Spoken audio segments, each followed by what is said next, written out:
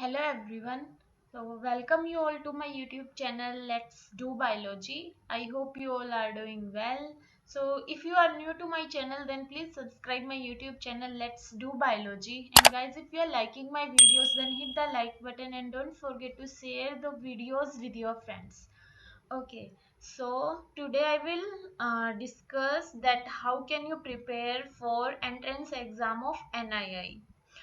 क्योंकि NII जो है नेशनल इंस्टीट्यूट ऑफ इम्यूनोलॉजी वो अपना एग्जाम अलग से एंट्रेंस एग्जाम अलग से कंडक्ट कराती है. ठीक है. They you will not need to qualify all these entrance exams. You have to appear for separate exam which is conducted by NII.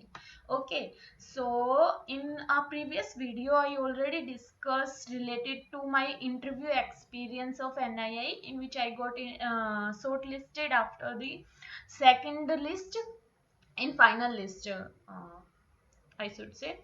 Okay, so someone asked me to tell me that how I prepare for entrance exam. So frankly, I don't give emphasize separately for NII. जो मैं इन सब exam के लिए prepare की थी मैंने वही prepare किया था और उसी से ही NII में भी अपीयर हुई थी. ठीक है. सो इन दिस इस वीडियो में मैं आपको कुछ मतलब स्पेसिफिक यूनिट बताऊंगी जिस जिस पर आपको ज़्यादा प्रिपेयर करने का ज़रूरत है NII में अगर आप अपीयर हो रहे हैं तो that will be useful for you. So starting से लास्ट तक देखना. And if guys you want to connected with me, you want to connect with me, so you can join me on Telegram group. I will share the link in description box, so from there you can get connect to Telegram also. And if you want to see that interview, if you haven't seen that my interview experience video, so guys, let's have a look on that. I will also give the link of that video in description box, and also you can see by tapping on I button. Okay, so सबसे पहले मैं बताऊंगी कि उसमें मतलब NII का pattern कैसा होता है लाइक और एंड ऑल. ठीक है. So let's get start without any delay. Okay, so सबसे पहले देखते हैं कि उसका पेपर का पैटर्न कैसा होता है. NII के एग्जाम में 60 नंबर ऑफ क्वेश्चन आते हैं. जैसे और सब एग्जाम का पैटर्न अलग होता है, अलग अलग सेक्शन में आते हैं, लेकिन NII के एग्जाम में सिर्फ एक ही पेपर आता है, उसमें एक ही सेक्शन होता है, अलग से सेपरेटली कोई सेक्शन नहीं होता. अदर्स सारे एग्जाम की तरह सब में जैसे एक एक CSIR में दो section A B and C आता है, DBT में भी दो आते हैं, गेट में भी अलग अलग से आते हैं. ऐसे NII के एग्जाम में सिर्फ एक ही पैटर्न आता है, एक में ही सारे क्वेश्चन होते हैं, 60 क्वेश्चन होते हैं और आपके पास 90 मिनट होते हैं उनको सोल्व करने के लिए. ठीक है. सो आपको थोड़ा फास्ट होना पड़ेगा क्वेश्चन को सोल्व करने के लिए, otherwise you will lose many questions. ठीक है. सो सबसे पहले आपको पेपर सोल्व करते टाइम क्या करना है कि जितने भी क्वेश्चन आपको इजीली सोल्व हो रहे हो सबसे पहले उन सारों को सोल्व कर लो, एंड देन क्वेश्चन को फिर से देखो कि जो क्वेश्चन और सेकंड टाइम में हो पा रहे हैं, ऐसे कंप्लीट पेपर को 2-3 बार देखना और जल्दी जल्दी ट्राई करना. जो इजीली सोल्व हो जा रहे हैं उसको करना, जिसमें भी स्टक हो रहे हो उसको छोड़ देना. ठीक है. जरूरी नहीं है कि आपको सारा क्वेश्चन सोल्व करना है. Okay, if you want to ask me that how many question I attempted, so I attempted 52 questions at that time. ठीक है. एंड अगर मार्क्स का देखें तो आप अगर करेक्ट करोगे तो 3 नंबर मिलता है और अगर गलत हो गया तो नेगेटिव मार्किंग है 1. ठीक है. So this is about the paper pattern. फिर एंट्रेंस एग्जाम होता है इसका. जब आप एंट्रेंस एग्जाम क्लियर कर लेते हो, देखो आई थिंक प्रोबेबली जो एंट्रेंस एग्जाम क्लियर किए थे उस लिस्ट आई थी उसकी, उसमें अराउंड 250 to 275 अराउंड स्टूडेंट थे. ठीक है. फिर वो आपको फर्स्ट लेवल ऑफ इंटरव्यू के लिए बुलाते हैं उसमें. उसके बाद कुछ ही स्टूडेंट बचते हैं, फिर उनको सेकंड लेवल के लिए बुलाते हैं. फिर सेकंड लेवल के बाद फिर से फाइनल लिस्ट आती है, उसमें आपका अगर होता है क्लियर तो तब आपका एडमिशन होता है. एज आई सेड कि मेरा फाइनल लिस्ट में नाम आ गया था तो आई वाज सिलेक्टेड देयर. ठीक है.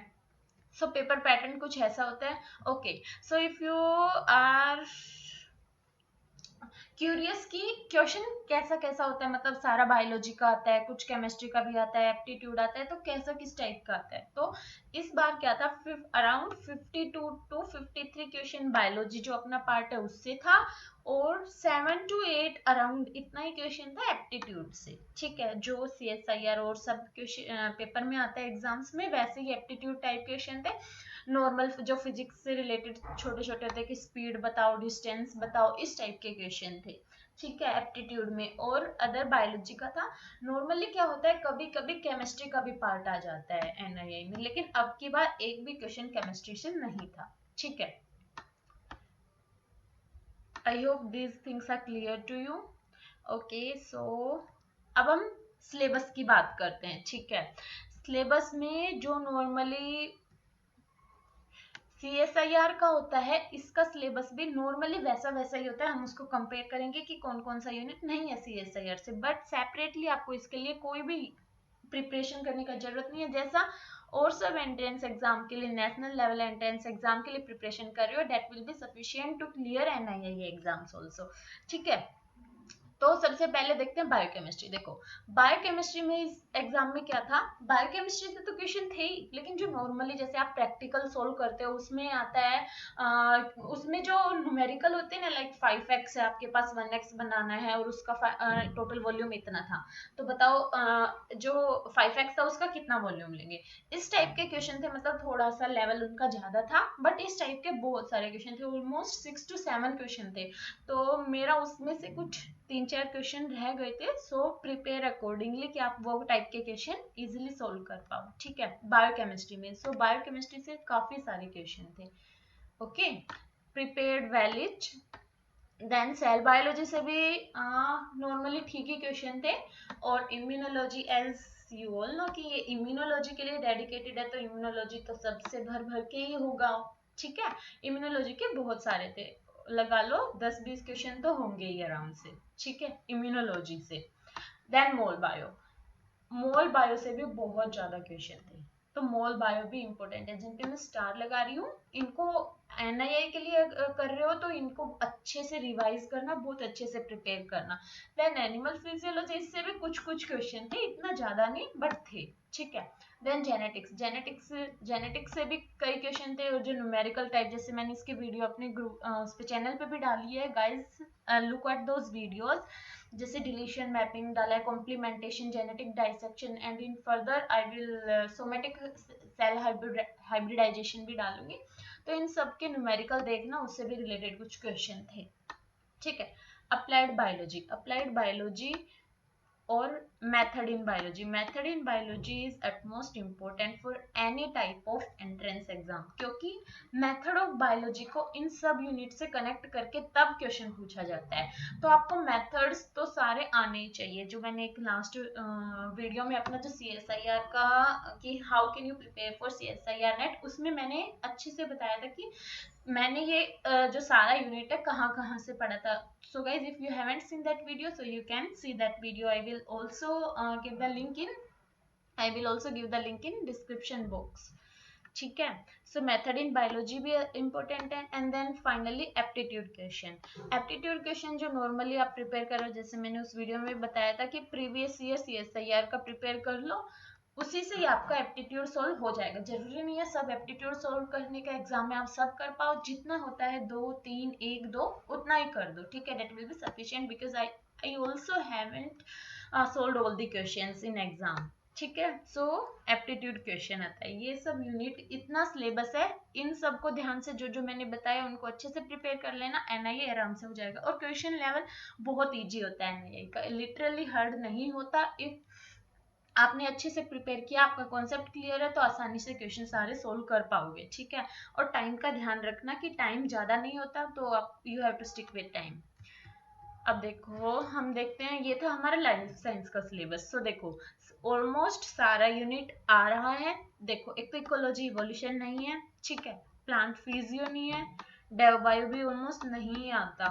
ठीक है, these are the units which you will not see in NII entrance exams, otherwise सारा यूनिट जो भी CSIR है उसके साथ मैच हो रहा है, NII का CSIR के साथ। ठीक है, तो अगर आप CSIR का प्रिपेयर कर रहे हैं तो अलग से आपको टेंशन लेने का जरूरत नहीं है कि how you need to prepare for NII entrance exam. ठीक है, एज यू ऑल नो कि अभी NII के फॉर्म निकले हुए हैं और अभी उसका एंट्रेंस एग्जाम होगा। सो आपने अभी तक फॉर्म नहीं फिल किया हो तो you can fill the form. Okay, so okay, so as I earlier said कि मैंने प्रीवियस एक वीडियो में इंटरव्यू के क्वेश्चंस बताए थे कि कैसे इंटरव्यू को आप कैसे इंटरव्यू के लिए प्रिपेयर कर सकते हो। सो उसमें मैं कुछ क्वेश्चन भूल गई थी उस टाइम। सो इस वीडियो में मैंने वो क्वेश्चन किए हैं, तो पहले उस वीडियो को कंप्लीट देखना और फिर इस वीडियो को देखना, ठीक है। सो इंटरव्यू में ये लेवल 1 के हैं। जो फर्स्ट इंटरव्यू हुआ था उसमें से मैं कुछ क्वेश्चन भूल गई थी उस टाइम पे, अभी मेरे को याद आया, सो आई wrote it. So one of the professor asked me, how can you differentiate if death of a cell by phagocytosis or apoptosis, कि एक सेल का डेथ फेगोसाइटोसिस से हुआ है या एपोप्टोसिस से हुआ है, ये आप कैसे डिफरेंशिएट कर सकते हो, ठीक है। सो आई डिड द आंसर कि सेल का मोर्फोलॉजी एंड ऑल सब देख के हम बता सकते हैं। एंड फर्दर उन्होंने मेरे से इसी से रिलेटेड बहुत सारे, मैंने यहाँ पे फिर भी थोड़ा ही लिखा है, इसी से रिलेटेड बहुत सारे क्वेश्चन पूछे थे, ऑलमोस्ट 6-7 क्वेश्चन पूछे थे एपोप्टोसिस से ही आगे लेके, ठीक है। Then he asked me, how can you determine if there is apoptosis, I mean how can you tell कि अपोप्टोसिस है ही, I mean, then I answered related to something marker related answer I gave at that time. Then further he asked me, there is any other method except that this marker by which you can determine about apoptosis, के apoptosis के बारे में आप इस marker के अलावा कोई ऐसा भी method है जिससे आप पता लगा सकते हो। Then I explained there related to annexin relabeling, ये जो मेथड है, ये जो मैंने CSIR की वीडियो में बताया था उस बुक में है, फंडामेंटल्स ऑफ साइंस का पाथफाइंडर का बुक है ऐसा, उसमें से पढ़ा था मैंने। एपोप्टोसिस से रिलेटेड बहुत सारा मेथड दिया है कि आप एपोप्टोसिस को कैसे मार्क कर सकते हो, ठीक है। Then he further asked if there is any other method which is not related to labeling. He just wanted to ask me ki, how many methods that you can tell me by which we can determine if there is apoptosis or not, ठीक है। So these were the questions that were asked me in interview, और जो बचे हुए question थे वो मैंने पहले ही डिस्कस कर चुकी हूँ अपने पिछले वीडियो में, तो आप उनको जाके देख सकते हो, ठीक है। और इंटरव्यू के लिए भी बिल्कुल भी डरना मत, जो भी पढ़ा है आपने अभी तक उन्हीं से ही प्रिपेयर करना और आराम से इंटरव्यू भी हो जाएगा, ठीक है। So for now, this much only. Thank you guys. Thank you so much for watching my video so calmly and patiently. If you haven't subscribed yet my YouTube channel, so guys, please subscribe my channel so that you can get notification just after I uploaded my videos. And if you are liking my videos, then hit the like button and don't forget to share my videos with your friends. Thank you so much, guys.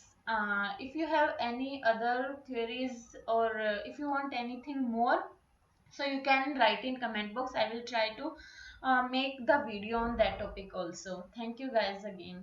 We'll meet you in next video.